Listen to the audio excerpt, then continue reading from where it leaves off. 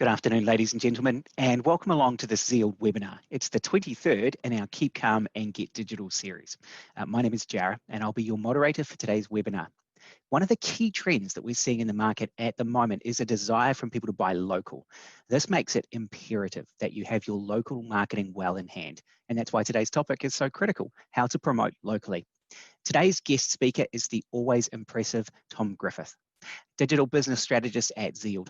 Tom has worked closely with hundreds of businesses over the years, helping them implement digital marketing strategies, especially on a local level. All right, a little bit of housekeeping today. If you haven't joined us at one of these webinars before, you do have some great controls down along the bottom here, which I'll talk you through. If you can't hear anything, you probably won't be able to hear me saying this, but you might see me circling this line. And if that's the case, then go down to these audio settings here, and that should be able to adjust things accordingly so that you can hear us for the rest of the session. If you want to ask a question at any point, please feel free to use the Q&A module. We will be answering those questions if appropriate as we go through the presentation, or otherwise I will save those questions to the end where we have a Q&A session dedicated to exactly that. Feel free to raise your hand as well if you like, and we can actually turn on your microphone and you can ask a question that way. We will be doing that during the Q&A module at the end, as I said. But most people just prefer to send something through the Q&A little section there. Look, we're going to be recording all of this, so if you miss any part or we just go a little bit too quickly, we will send you out a link to view the session later on, and we'll be uploading that to YouTube as well. So right now, I'm just going to stop sharing, and I'm going to ask Tom to take the reins and take us through his presentation today on how to promote locally. Take it away, mate. Oh, you're on mute, by the way. That whole thing I talked about with the audio settings. Yeah. Rookie mistake. How's that? Oh my goodness. Anyway. Good afternoon, mate. We'll snip that bit out of the recording. Yeah, good afternoon, everyone. It's great to be with you today. Yeah, it's a really, really important topic, how to promote locally. So we've got a lot to cover today. I'm going to do my best to fit it in as we go. We're going to touch briefly on a topic that we've already covered because it's so important, which is Google My Business. We're going to look at website layout, building signage and vehicle signage. How does that play its part? Networking, local business directories and listings, and how do they work for you? Why is that important? Location focused digital marketing. That's very important. All of this is important as we'll run through all of these, and we'll get to cover all of those off in some detail. So here we go. First, cracking on straight on Google My Business. Well, why should you have it? It's really important to have it. Well, first off, it's powerful, very, very powerful, and it's free. That in itself is reason enough to have it. It doesn't cost you anything. This is Google's verified data that has about your business listing that are tied into the Google Maps. And you probably all use Google Maps to find how to go, and you've seen little pin drops everywhere.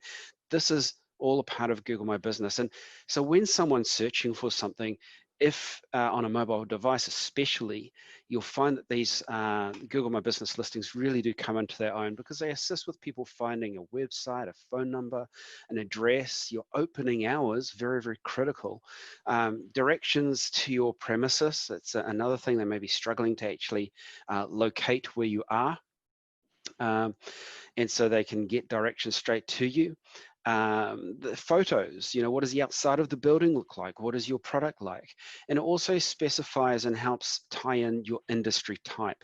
All very important things for people to make decisions about whether or not they should actually go and visit you. So it's critical, absolutely vital, that this information in Google My Business is kept up to date.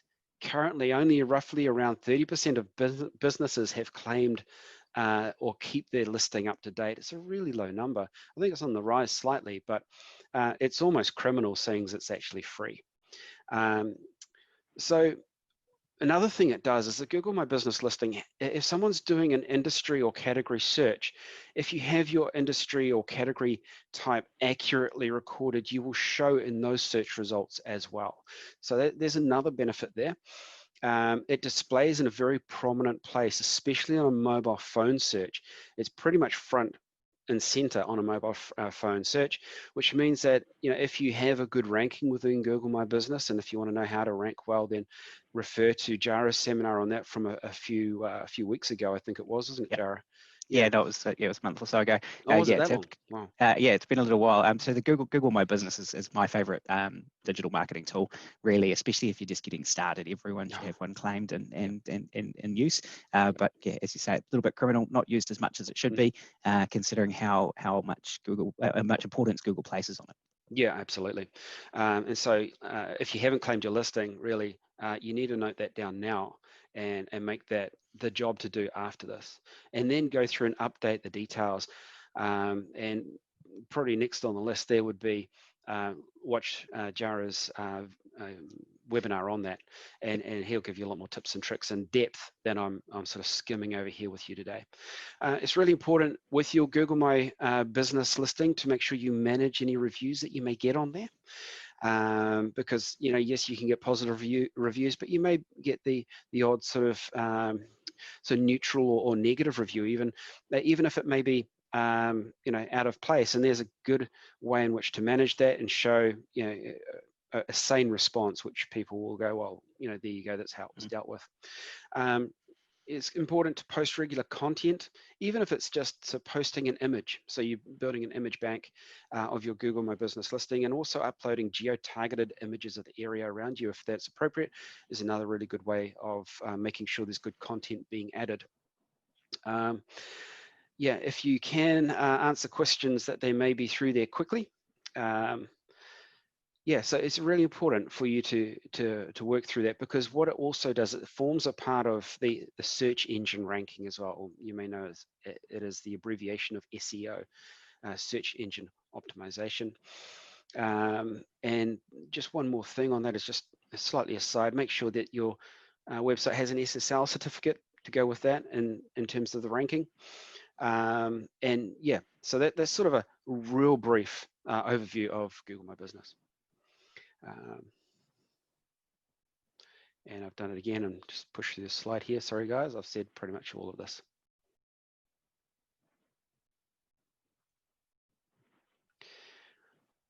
Right, here we go. Websites, layouts, and why should you have a website? Well, it's very important that you first off have a professional website that's built with a modern design.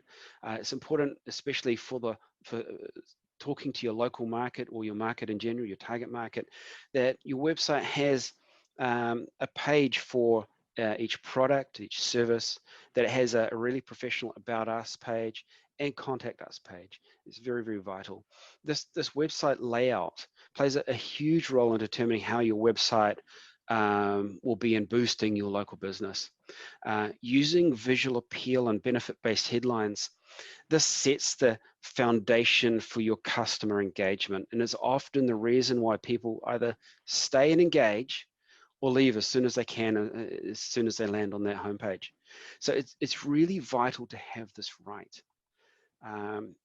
More importantly, it affects your conversion rate. The conversion rate is that action that you want someone to do.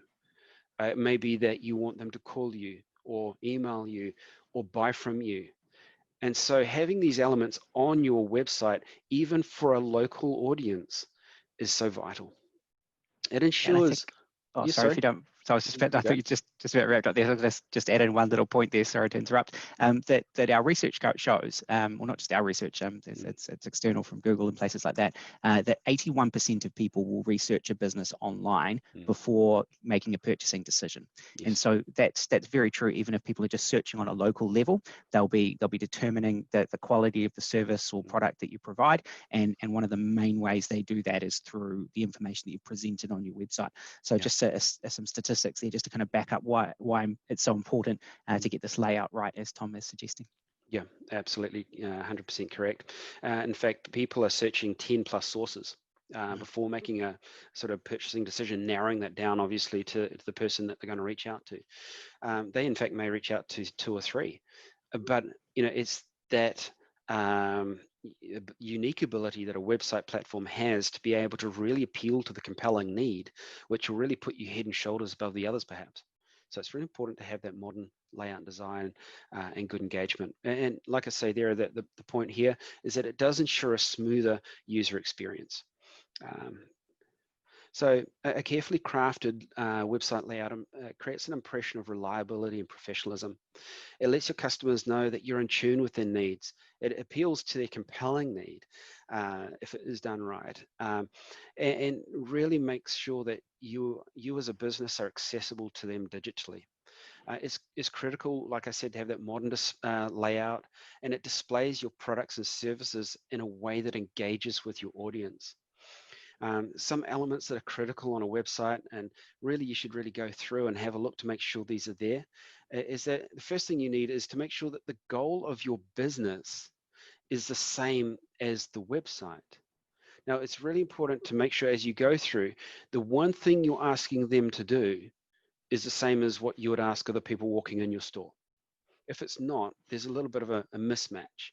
So that's what we'd call the conversion point or the call to action. So we need to make sure that that is there, and it should be the most prominent thing on the website itself. It should be, in bold red if that works, or whatever, and, a contrasting color. Imagery, it should be engaging, and it should draw in the audience's attention. It should appeal, like I said, to that compelling need. And the wording on that hero image that hits them as they land on the page should be appealing, and it should really talk to why them. So why you? What are the benefits for them? So talk to the benefits in their language, appealing to them. A website, when they're landing, shouldn't be about you, but about what's in it for the client. Make sure your website answers questions that they may have quickly. If you are sending out, do you charge for freight? Do you have any sustainability credentials? Are you clean and green, which is a big thing today, of course. It may be that you have parking available. All these things, especially on a local level, really important that people know that they can pull in and park outside the door. Now, it should look to build trust and credibility fast, with good quotes from people who have bought from you in the past saying how wonderful your service is, and really should make it simple for people to know why they should do business with you. Why should they buy from you? How do they contact you? And how do you want them to interact with you, and so on. So these things are vitally important to have on your website, and predominantly these should be on, by and large, what I've listed there, the home page, and some of them will obviously overflow into other pages.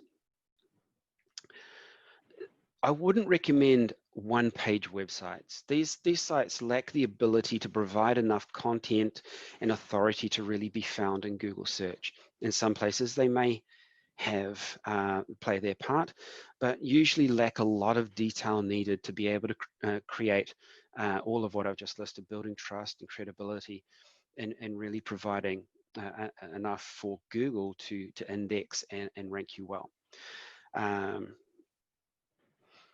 I'd recommend that each product and each service have a page that sells itself. If you're running special offers, it's important to have a sales landing page that is a page that clearly displays the offer, so that it can be promoted in, say, Google Ads or Google Display, and then bring people to a page. Just to give an example of that, what I mean is, imagine if you sell whiteware and you're running a special on fridges. Imagine if you ran a campaign and said, we're running a promotion on fridges, go check out our website, and just directed them to the homepage, and they had to navigate their way through to the page which talks about your special on fridges. It wouldn't, or to that fridge itself, it wouldn't really be as engaging for them as to be able to land specifically on a landing page through an ad campaign that talks specifically about what you have to offer. So these sales landing pages, or these individual pages for products and services and special offers that you have, are very important. Having a strong and engaging About Us page at a local level is vital. People do business with people. They engage with people, and they want to know who they're dealing with. These good, strong About Us pages builds trust and credibility. And it should be really detailed enough so that people can see that you're a credible business, that you have experience and, say, the expertise to be able to be of benefit to them and provide the service that you say you offer. So it's vitally important. And as an extension to that really is, if you're selling a service, maybe you're a physio or a lawyer, you may want to consider a bio, a short little spiel of each of your client-facing staff. Because again, this is a major consideration. If they're providing that service, people do business with people. And so they want to know who it is that may be providing that service, be it a lawyer of a position of trust, or physio, again, in a way, position of trust, someone who's providing a hands-on service. And so you really need to build trust and credibility around your frontline staff.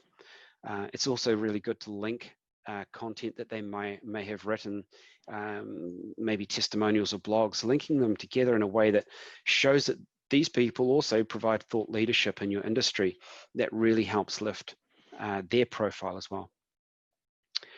Finally, on this point about having a strong About Us page, it's really vitally important on lead generation pages that focus on attaining local business.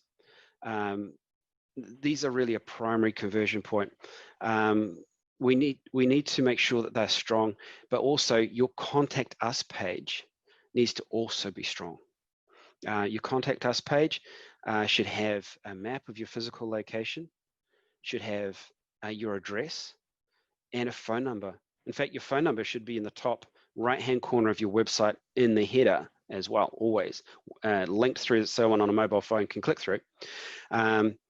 But it needs to be there on that Contact Us page as well. And a form. They need to be able to, some people want and prefer to type a message to you, and that's okay. We need to provide that facility so that we can make it easy for people to do business with you. And so having that form there is important. I wouldn't recommend having an email link. Some people say, well, I don't want a form, I just want to put my email there. Well, you'll find that you'll probably have your email picked up by these bots that will come through and scrape the sites looking for email addresses, and they'll add your email to a spam list, which is never nice. So I wouldn't recommend that, but definitely a form with a spam filter on it is a really good idea.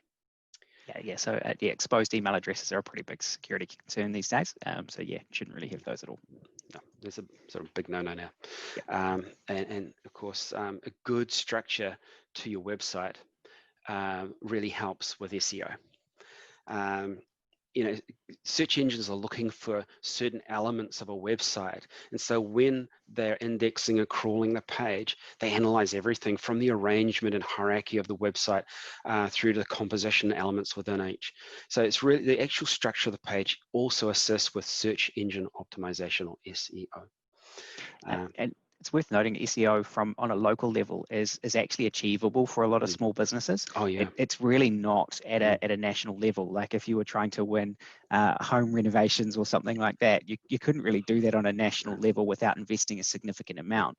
But if you were looking to win a search for home renovation in the suburb you're located in, and you write your content around that and have this sort of structure that Tom's proposing, there's a really good chance you can win that search on a local level. And when people are actually searching for home renovations in your suburb. So that's the sort of SEO becomes much more realistic and achievable when you are talking locally. Yeah, absolutely. That's a really good point, because people go, oh, I'm ranking on SEO on their name, but of course they would. How do people search for you? Yeah, what keywords do they use to search for you when they don't know about your business? And that's where you need to be found in search engine optimization. So we'll move on quickly through here because time is flying. So when we're talking about local and advertising local, building signage and vehicle signage is a massive and sometimes really underutilized area. I mean, you've got this, hopefully if you're facing some sort of, I guess you could say a road frontage or something like that, we have an opportunity to get a brand out there. Physical location-based marketing through building signage and vehicle signage helps boost visibility by catering to potential customers within your area. The signage, it really does serve as your own personal billboard, and it lets customers know that your business exists and they can pay you a visit, that you're open for business. Small signage and things like that often goes missed within the clutter of the street. So it's really important that you have good, clear, clean signage. If you do have a business in a high traffic area, again, it would be criminal not to have good signage that portrays your brand. And if you can, your website address as well. I mean, you've got this great big billboard, and we have a way of specifically pulling people in terms of telling them the benefits of doing business with you, and we're not using it. Get your website address up there as well. It makes it easier for people to find you, contact you, and also, of course, recognize your brand in the future. If you only have a small area, it's really important to try and make the logo as modern and as clean and simple and easy to read and remember as you possibly can. You need that message, that logo, to stick in their mind. You need to maximize the impact in the space that you have. So when we're choosing signage and what we should do, it's really important that we keep our design really tidy. There's nothing worse and more distracting than a busy design that sort of distracts from the message that you need. So it's really important to keep that design tidy. Consider the signage size. If you have a big area and a small sign, it's not going to work. If you have a dominating sign, it may seem overly cluttered. So the actual size of the signage is important. And use, if you have any bylines, short, persuasive copy that appeals to the compelling need. You want to tell them why they should do business with you. And consider the human element. People are drawn to people. As I said, people buy from people. In vehicle signage, it doesn't need to be a whole full wrap, as you see there on Google Maps, who have more money than they know what to do with. It can be impactful, of course, but it also can be extremely costly. Sometimes simple, clear sign writing on a smart, sort of modernish vehicle will often do the trick. Whatever you do, don't forget your website address. So vitally important. Networking. Some people fear networking. Well, we don't really need to fear networking. Connecting with people in your industry does deliver a slew of benefits that can actually help and aid you, both personally and professionally. Networking allows us to be surrounded by like-minded individuals who can help you sustain and drive your business as you, and provide you with insights, I should say, into ways in which you can improve the way you currently operate. Expanding your network can also help you acquire opportunities where you can offer your products or services to people whose needs are in line with what you have to offer. This can often be in the form of referrals or partnerships or even sponsorships. And it's really, in terms of that, it's really low cost in terms of acquiring new business. Now, we have here within New Zealand a wonderful opportunity for networking, and that is through the Chamber of Commerce. The Chamber of Commerce, especially here in Tauranga, where I'm based, are very proactive within the region, and they offer an amazing opportunity for you to rub shoulders with other business influencers and decision makers. And if your business is a local one and they're a local one, of course, then surely they've got to be your first choice for signing up and starting that networking through them today. They offer such things as organized business events. They provide business training. You can upskill through them. It's fantastic. You can gain business accolades, and you've probably all heard of the Westpac Business Awards, which they organize and run. There's a business support network, and they provide business mentors. You may need a mentor or feel like you're getting out of your depth or feeling like you need some form of just personal support, and they provide that. They also provide a business partner network, and of course, networking opportunities that galore, you could say. That they're a fantastic organization to do business with. The other way you can network as well is if you want to do it digitally, is LinkedIn's a pretty good place to network these days as well. So absolutely, yeah, that's working really well, isn't it? It's growing by the day. Get listed in white pages, yellow pages online, just the free one. Finder, that's also free only, that you just want to be on the free one. And Neighborly, I'm sure you've all heard of Neighborly, which is also free. Customers who search for your products and services online already have the intention to make a purchase. Local business directories and local listings are one of the best ways to reach these potential customers by associating with your business with your actual location. Now, these business directories and listings, they help you to get discovered by your customers who are interested, like I said, in your products or services. It helps you become more visible to customers who are making location-based searches for businesses like yours. Maybe that they put in dentists near me. You have a website, you're on Google My Business, and you're on White Pages, Yellow Online, Finder, and Neighborly. Well, you've just, I don't know how to say it, sextupled your number of times that you could potentially be found in a search. It boosts your brand awareness, and by making your business visible when people are scrolling through various listings.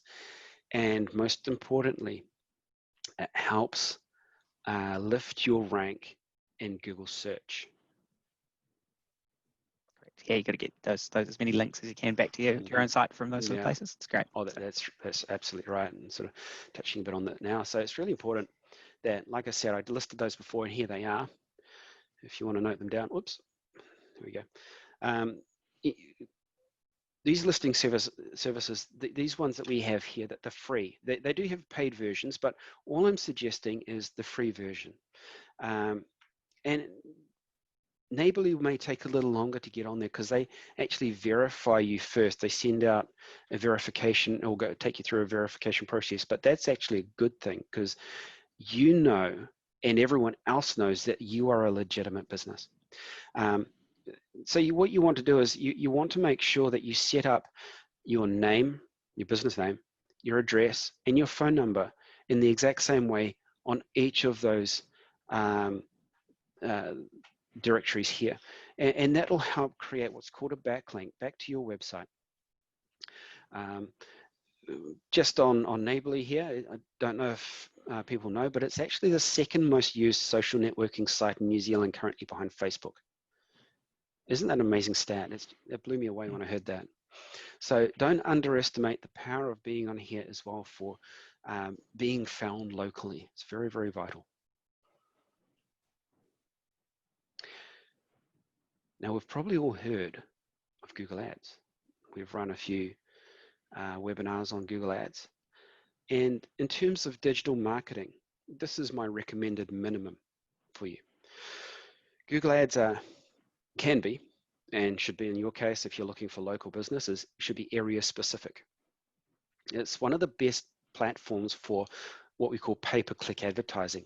That is, if someone was to click on your ad, you'd pay a few cents or maybe $1 something for I guess you could say, the privilege of them clicking on the ad and coming through to your website. And that's another reason why your website needs to be as I have specified. It places your ad on the first place of the search engine results when people use keywords that are relevant to your business and products or service. And so there you can see it is very specific to you. Through Google Ads, you can target potential customers according to perhaps your country, your city, or even a radius around your location, as it says there. Oops. Getting ahead of myself. The reason it's so effective is that around 80% of the time when people want to know, go, do, or buy, they'll tap a few keywords into Google to discover what they want to find out. So when it comes down to discovering a service or looking for a product to buy, people type in these keywords into a search engine. Now, the reason that's critical for you to understand is because that means there is actually a buying intent behind their search. And so when we're using Google Ads, we can bid for that particular keyword term or phrase and present a targeted specific ad that's relevant to their search. And I don't know of any other form of marketing that allows you to be that precise, really. I mean, there are other ways of marketing digitally, but this is one of these I guess you could say, digital advertising 101s that we really can't go past. Google places these ads at the top of the search, meaning that if you have a new website, you get good visibility to this sort of traffic really quickly. And it really is a lifesaver, perhaps for those sites who are performing poorly, they're not that optimized. We can start a Google ad campaign, and by and large, you can get to the top of Google search. However, just a bit of a warning, I would really say you need to choose a reputable company for you to optimize and run your ad campaign. There are many companies out there offering real budget services that just don't get the results. It is really, you do get what you pay for. So just make sure you run with a reputable company.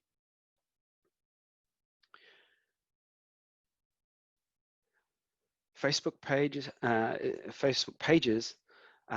is really important, a business page, that is. It's important to get a page, and also, most importantly, assign someone to monitor it. Now, this is sort of, you either have one or you don't.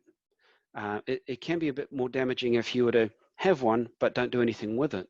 So make sure that if you do enter into something like a Facebook business page, that you do in fact keep it going on a regular basis. That's why it's important to assign someone to it. Through Facebook, you can let your customers know the latest news about your business and your latest offerings. An updated Facebook page allows customers to know that the information they find on your page is relevant and up to date. If they see your last post was 3 months ago, they're probably not going to engage with you. So they find that if it is up to date, they can then use that as a way of reaching out to you. So you will be getting inquiries through there as you start to use it more and more. But there's a couple of points here. Like I said, if you start a Facebook page, you do need to use it. You need to keep it updated and respond to any queries. Not responding to any queries in the Facebook world is a bit like hanging up the phone on them when they were to call in, and you wouldn't do that. So it's important to make sure you answer those queries. And like I said, a non-maintained Facebook page or an abandoned Facebook page can be more damaging than no Facebook page at all. So I do suggest you assign someone to keep your page updated, or hire an agency to manage your page for you. Now, good old Facebook do change the rules on us all the time.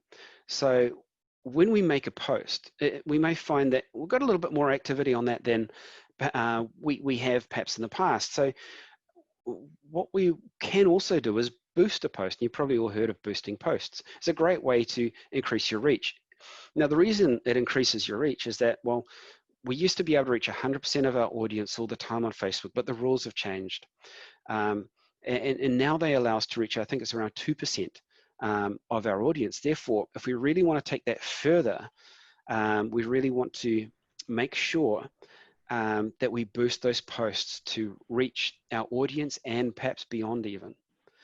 So boosting posts is a really good way of increasing that reach. And again, you can be very specific and targeted with where we send it out. It's going to go to the whole world. It'll go to a specific perhaps radius or number of people or demographic. So yeah, it increases your visibility.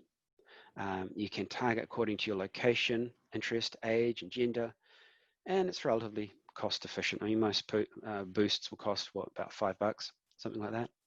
Yeah, it's pretty cheap to do. Yeah. Also, we can leverage our Facebook activity even further with a new technology called EasyBots. We can use what's called conversational marketing and take this approach to engage with our audience and instantly provide information to them, and at the same time capture data. That is, build a database of people who are engaging with us.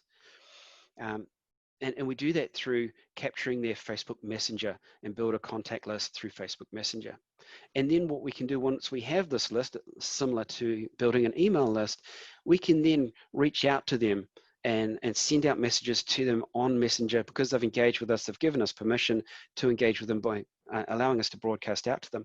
Now, EasyBots is the only system that's achieved a near 100% open rate for promotional marketing campaigns. It's phenomenal. They have an average open rate of 87%, I think it is.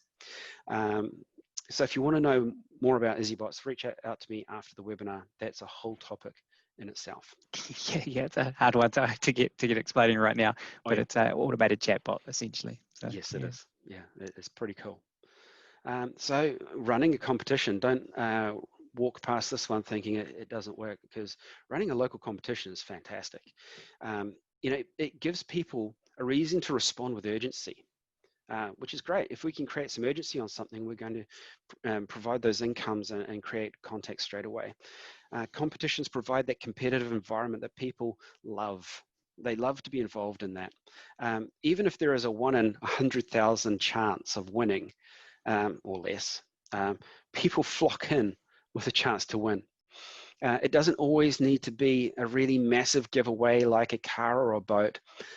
That's probably not sustainable in the long run unless you have a really good relationship with a company that's willing to partner with you. But it does need to be something that's attractive and relevant to what you do. By running a competition, you can give people a greater reason to respond to your offer than what they would normally do, which increases the engagement rate.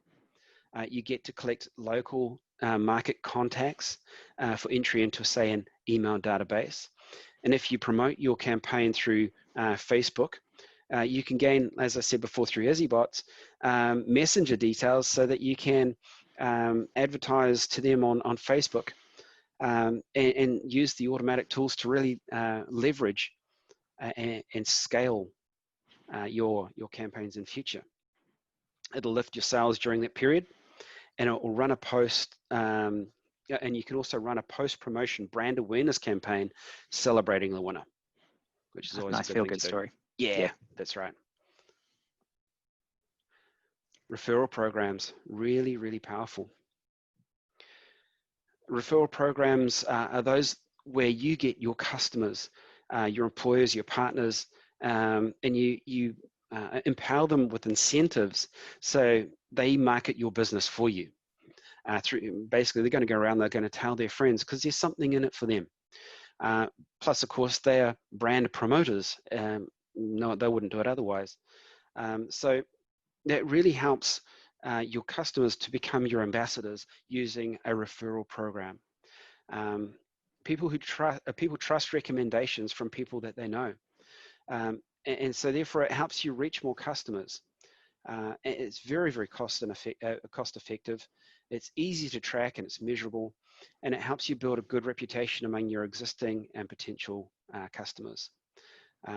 Many e-commerce platforms have a refer a friend function that allows or encourages your client to refer a friend or family member for a discount or free product. So I would encourage you to set that up.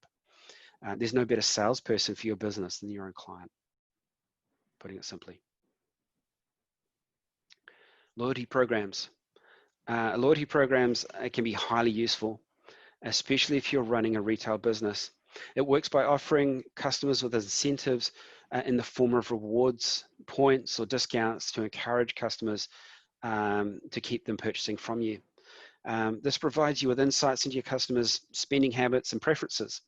It encourages customer retention and supplies you with data you need to set up upsells and cross-sells, which I did a webinar on not so long ago. Well, probably was 2 months ago. Man, I lose track of time. And it allows you to segment your audience and create separate campaigns for each one.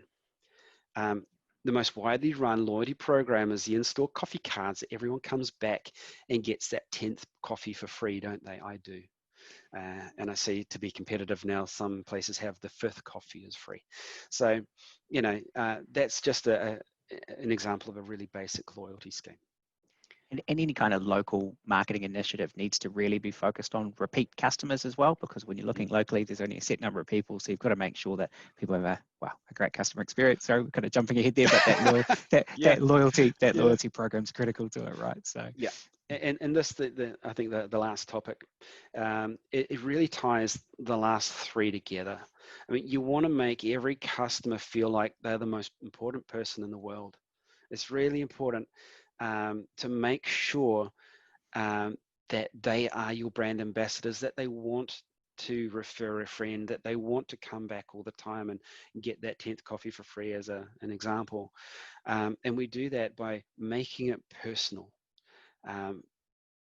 These positive customer experience really they do help boost customer retention, and they turn your customers into your brand evangelists.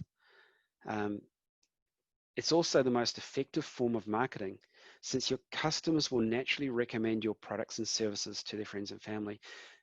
And it's also the cheapest form of sale you'll get as a return client. It costs a lot of money to gain a new client from scratch. It's so much cheaper to have them return to you second, third, fourth, and fifth time, and buy from you on a repeated basis. So I recommend that you harness this with a referral program and a loyalty scheme at least, and then you can build your brand ambassadors.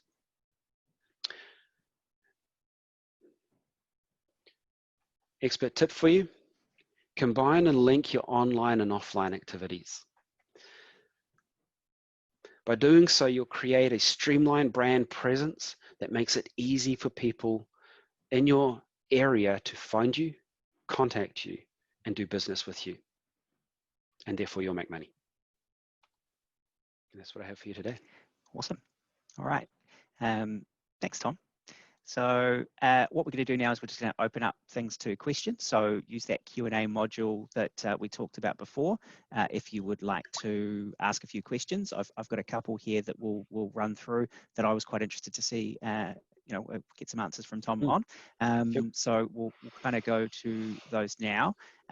So Tom, first of all, why do you think people are so focused on buying locally right now? It seems to be quite a massive trend. What do you think's driving that? Yeah, I think that's the parochial New Zealander coming out. I mean, there's been a massive global impact through the latest world events, and people want to support people in their area. Yeah. So I think that opens up a massive opportunity for us to make sure that if we can do what I've just talked about, or even in part, we're going to make sure that people know about us, they find our service and our product relevant. And because people are wanting to promote the local area literally just down the road, then people are most likely going to favor you over another option that may be out of town or even overseas. That will be a no. They want to keep the money in New Zealand and promote our own economy. I think that's the move that we see. Oh, excellent. Yeah, it's also a reflection of I think something that we've seen before as well. I think not many people are aware, but the Buy New Zealand Made campaign that's been around for quite some time. That was actually a response to the 1987 stock market crash. Is that we had this big crisis and everyone started wanting to buy from New Zealand and support New Zealand. And I think we're really seeing that not just at a New Zealand level, but also at a local level. People wanting to work with businesses near them and kind of support their kind of community, which is fantastic. So that's really why we want to get some of these things sorted. So we covered a lot of ground today. What do you think if we could just go top three? What are the first three things people should really do? Just bang, bang, bang. What, in your opinion, what are the most critical? Well, I think most important that you have first up is a Google My Business listing that is optimized and going. Having a website that is professionally built and is client focused and drives people through to your business goal, whatever that may be, contact you or whatever it is. And then advertise digitally because we can be so specific with where we advertise, who we advertise to, and when we advertise to, you name it. We can narrow that down so we're reaching out to them in that digital space. Yeah, that would be the three things I'd recommend. Awesome. Thanks, Tom. Now we've got one final question because I think that's all we've got time for actually. Just got a question that's come through about how effective is radio and maybe print advertising in this local advertising space. It's an area we didn't quite have time to cover, right? So great question. Thank you. I sort of in a way intentionally left that out. I think it's hard to quantify the impact that it has. and can be rather more of a sort of a scattergun approach. I mean, local radio and things, yes, you'll get good coverage in terms of your ad may play, 5-10 times a day, whatever it may be. But you're limited to its listenership, and in a newspaper or a magazine, you're limited to its readership. And then you're limited down to the people whose attention it grabs. And so, it's very hard to quantify the return on ad spend, as we would put it. Whereas for the money, and the cost of, say, a radio ad, which isn't, in some cases a small sum, is, in print media as well, is quite costly. We can do a whole heap and tell you precisely where people have come from, what they did, and what that return on ad spend is in the digital area, because everything's tracked. Yeah. So, I would say that really, if you wanted to spend some money on advertising, going down the digital path now is a better option. And the other thing is, we know that 84% of the time when people want to know, go do or buy, they open up Google and they put in some keywords, and so that's their go-to. That's good. That's a good point. I mean, for some people, the radio print can still actually be effective. Like we've seen, it's been quite a traditional media. It is hard to quantify. The one thing I'd say about it, though, is that the digital in conjunction with those items has a catalytic effect, right? So if you hear about a business on the radio, then the next thing you're going to do is, as Tom suggests, is actually Google it and reference check the website and things like that. So it's really important to have that local, especially local digital marketing, really solid. And then if you are going to try something like print and radio, make sure you've got that foundation really well sorted, because that'll just improve the impact of it as well. So definitely if the budget's there, for sure. But if we're looking to get started, I think, bigger bang for the buck. But definitely in conjunction. I agree. Just saying. Absolutely. Bigger bang for the buck if we can do it conjunction and works together well holistically. Yep. Oh, that's awesome. Thank you, Tom. Excellent. So I think that's all the questions we've got and what we've got time for. So just want to do a quick little wrap of what we've covered today. So look, New Zealand's been through a pretty unprecedented event. It's kind of easy to forget at the moment that what we've just been through, and that sometimes remembering that the rest of the world is still in crisis, because a lot of things have returned to normal. But what we do know is that one of the impacts of all of this is that there is a real desire to support local businesses right now.